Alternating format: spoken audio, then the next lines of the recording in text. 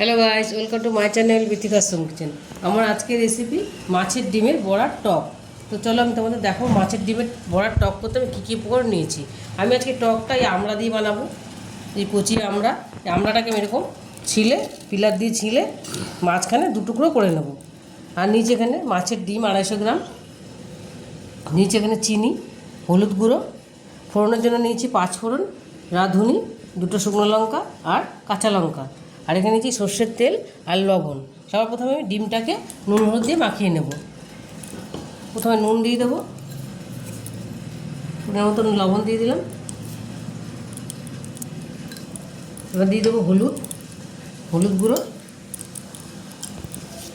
এটা আমি খুব ভালো করে মেখে নেব। আমড়াগুলো দেখো সুন্দর করে দুভাগ করে আমি কেটে দিয়েছি। একটু জলে ভিজিয়ে রেখি, নাহলে কালো হয়ে যাবে, যেন একটু আমি জলে ভিজিয়ে রেখেছি। এবার আমি কড়াই বসিয়ে দিয়েছি, গ্যাস জ্বালিয়ে দিয়েছি আমি। এর মধ্যে সর্ষের তেল দিয়ে দেবো।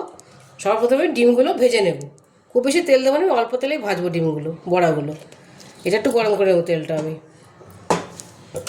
তেলটা গরম হয়ে গেছে, আমি ডিমগুলো দিয়ে দেবো। বড়া ছোটো ছোটো করে আমি পিস করে নিয়েছি, এগুলো আমি দিয়ে দিলাম।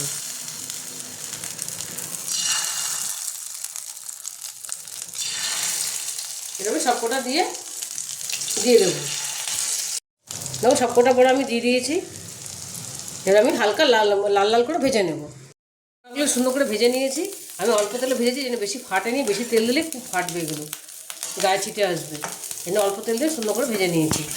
এগুলো আমি তুলে নেব। একটুখানি তেল দিয়ে দিয়েছি অল্প করে, খুব বেশি তেল দেবো না, যেহেতু টক একদম অল্প তেল দিয়েছি। এবার আমি দিয়ে দেবো ফোড়নটা। তেলটা আমার গরম হয়ে গেছে, এবার ফোড়নটা দিয়ে দেবো। দিয়ে দিলাম শুকনো লঙ্কাটা একটু ফাটিয়ে দিলাম, আর ফাটবে।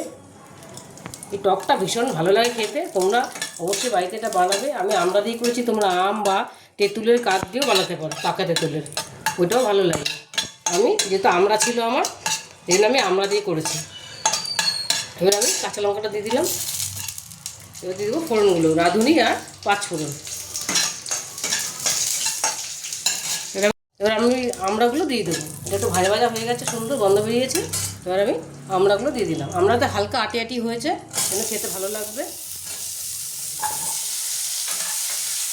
এবার দিয়ে দেবো অল্প নুন। আমি অল্প করে নুন দিয়ে দিলাম।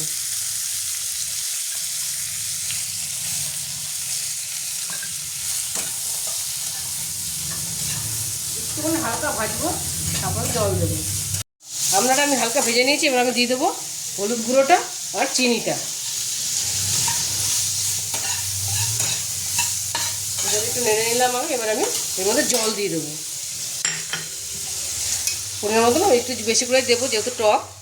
এটা আমড়াটা সেদ্ধ হবে, একটু ফুটলে আমি ডিমগুলো দেবো।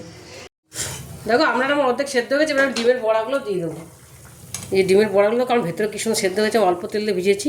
একদম তোমরা অল্প তেল দিয়েই ভাজবে, কী সুন্দর ভাজা হয়ে গেছে। আমার ছেলে দুটো খেয়েও ফেলেছে। এবার আমি বড়াগুলো দিয়ে দিলাম। এটা আরেকটুখানি ঢেকে দেবো আমি। দেখো বড়ার টকটা আমার মোটামুটি হয়ে গেছে, এটা পুরোই হয়ে গেছে। আমি আরেকটু লবণ দিয়ে দিয়েছিলাম, আর একটু মিষ্টি দিয়ে দিয়েছি আমি। সুন্দর হয়ে গেছে, একটু মাখামাখা হয়ে গেছে। বেশি খুব বেশি পাতলা করিনি আমি, একটুখানি ঘন ঘন করেছি। তোমরা যদি পাতলা খেতে চাও পাতলা করতে পারো। আমি একটুখানি ঝোলটা কমিয়ে নিয়েছি। এবার আমি এটা গ্যাসটা বন্ধ করে, এটা আমার পুরোপুরি রেডি হয়ে গেছে।